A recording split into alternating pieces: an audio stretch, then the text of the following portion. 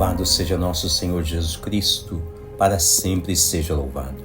Querido povo de Deus, homilia diária dominical, dia 28 de janeiro.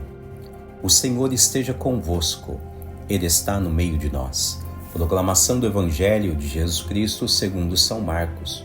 Glória a vós, Senhor.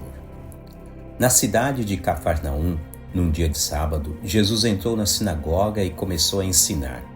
Todos ficavam admirados com o seu ensinamento, pois ensinava com quem tem autoridade, não como os mestres da lei. Estava então na sinagoga um homem possuído por um espírito mau. Ele gritou: "Que queres de nós, Jesus Nazareno? Vieste para nos destruir? Eu sei quem tu és o Santo de Deus." Jesus o intimou, dizendo: "Cala-te e sai dele." Então o espírito mau sacudiu o homem com violência, deu um grande grito e saiu. E todos ficaram muito espantados e perguntavam uns aos outros: "O que é isto? Um ensinamento novo dado com autoridade. Ele manda até nos espíritos maus e eles obedecem." E a fama de Jesus logo se espalhou por toda a parte, em toda a região da Galileia. Palavra da salvação. Glória a vós, Senhor.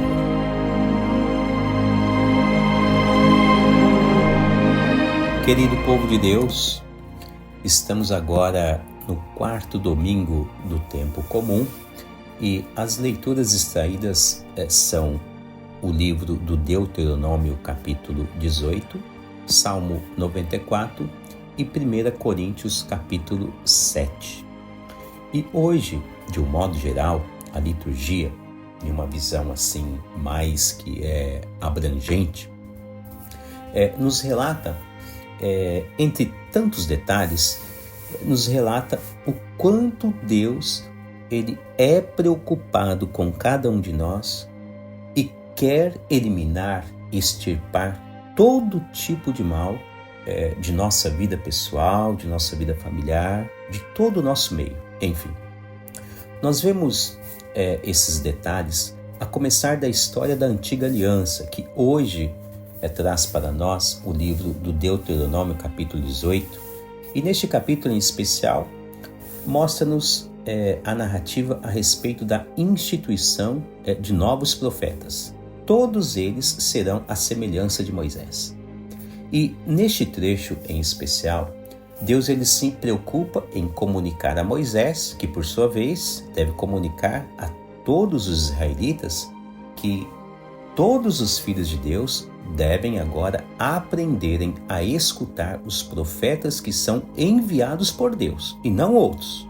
É fato que surgirão os chamados profetas de Baal, os falsos profetas, aqueles que vão consultar magia, adivinhações, que vão mexer com os mortos, que vão também fazer algum tipo de feitiçaria, enfim. O Senhor nosso Deus está preocupado para que os seus filhos estejam atentos a escutarem somente as informações dos profetas instituídos por Ele.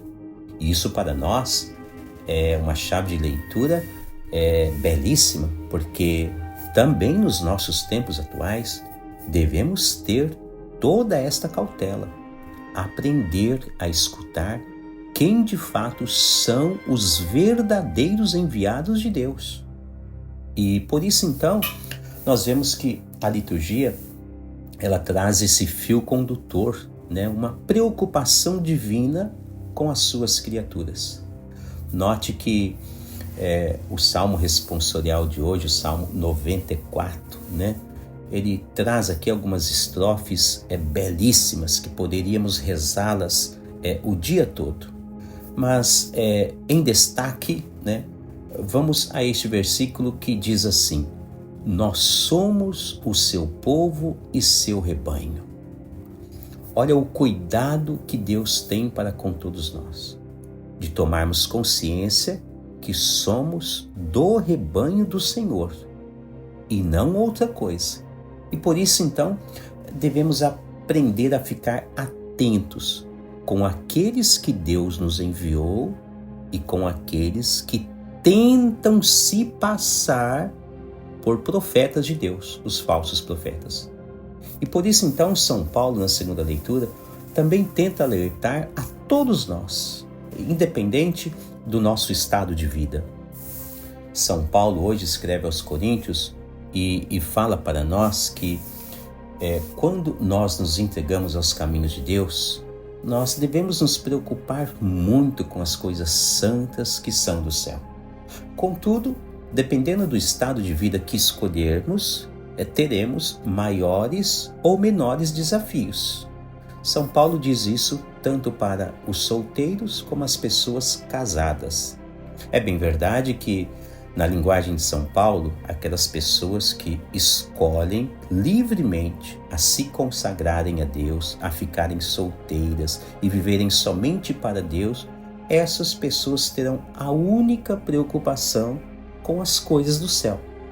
Enquanto que aquelas pessoas que escolherem a vida matrimonial, que também é um caminho santo proporcionado por Deus, contudo, quem escolher a vida conjugal terá um pouco mais de desafio, pois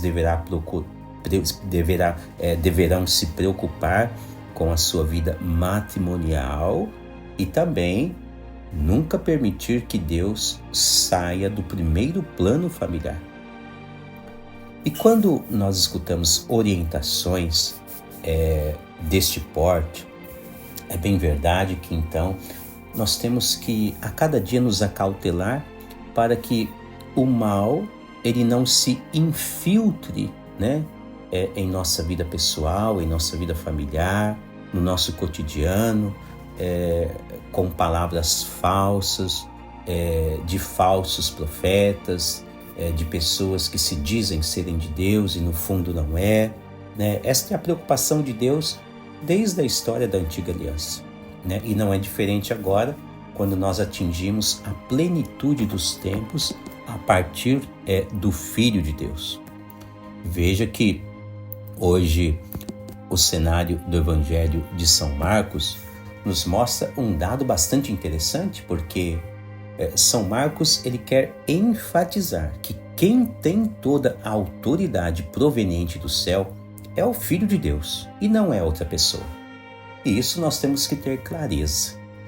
Todos aqueles que quiserem ter uma boa conduta na sua vida pessoal, na sua vida consagrada a Deus, ou com a sua vida familiar, com o esposo, com a esposa, com os filhos, com os amigos, devem sempre estar seguindo os passos do Filho de Deus e não de outros tipos de falsos profetismos paralelos ao que o Filho de Deus sempre nos ensinou. Não.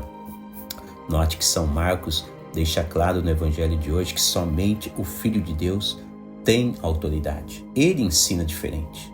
Ele não ensina como os mestres da lei, como os fariseus, como os falsos profetas, que se baseiam em instruções terrenas e não nas instruções divinas. O Filho de Deus, ele se encarnou no seio da Virgem Maria, ele veio do céu, ele é proveniente de uma ação do Pai, do Espírito Santo, e por isso então ele traz consigo, em seu braço forte, toda a autoridade que há no céu.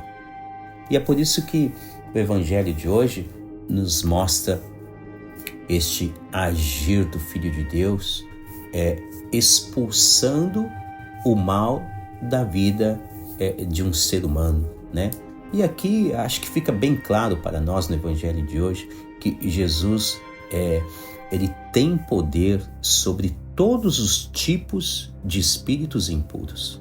E aqui também nós podemos falar assim abertamente que é sim um exorcismo que Jesus faz na vida deste homem no Evangelho de hoje.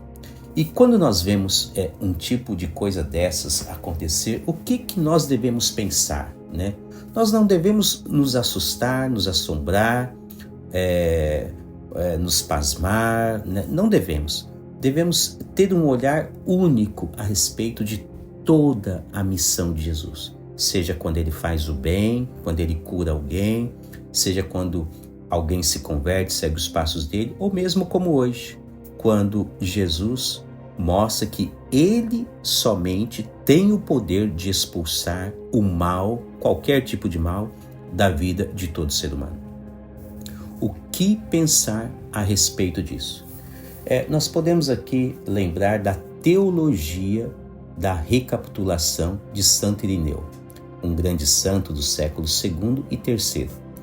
O Catecismo da Igreja Católica, no número 517, ele diz assim: toda a vida de Cristo é mistério de redenção. Olha só que coisa interessante para nós aprendermos tudo o que Jesus faz, desde a sua encarnação até a sua entrega de cruz, a sua ascensão ao céu, a sua ressurreição, a sua ascensão ao céu, tudo é mistério de redenção. Quem que Jesus quer redimir? A cada um de nós, seres humanos. O número 518 no Catecismo da Igreja Católica, ele traz uma informação mais precisa sobre Santo Irineu, né, que diz assim: toda a vida de Cristo é mistério de recapitulação. Tudo que Jesus fez, disse e sofreu tinha por meta restabelecer o homem caído em sua vocação primeira. E aqui agora uma citação mais direta que o Catecismo faz a respeito de Santo Irineu. Diz assim: quando ele se encarnou e se fez homem, recapitulou em si mesmo a longa história dos homens e, em resumo, nos proporcionou a salvação. De sorte que aquilo que havíamos perdido em Adão, isto é, sermos a imagem e a semelhança de Deus, o recuperamos em Cristo Jesus. É Santo Irineu quando escreve a respeito da doutrina contra os hereges. Então reparem bem que desde a história da Antiga Aliança, Deus ele tem essa preocupação para que o ser humano viva somente escutando a sua voz através de todos os seus enviados. E desta forma, Deus ele quer eliminar todo tipo de mal existente na minha vida, na sua vida, na vida desta ou daquela pessoa. Não importa qual tipo de mal que seja. Hoje, no Evangelho, nós vemos que Jesus ele expulsa um espírito impuro da vida de um ser humano. Ora, se ele faz isso na vida de uma pessoa citada no Evangelho de hoje, o próprio Jesus, que é o mesmo ontem, hoje e sempre, ele sempre poderá eliminar qualquer tipo de mal da vida desta ou daquela pessoa, desta ou daquela família, desta ou daquela situação. Não importa. Para Deus agir em nossas vidas, em nossas famílias, em nossas causas, basta aprendermos a escutar aqueles que são enviados do Senhor nosso Deus. E assim, unidos a Cristo, estaremos sempre com a nossa vida em estado de graça. Deus abençoe você e toda a sua família.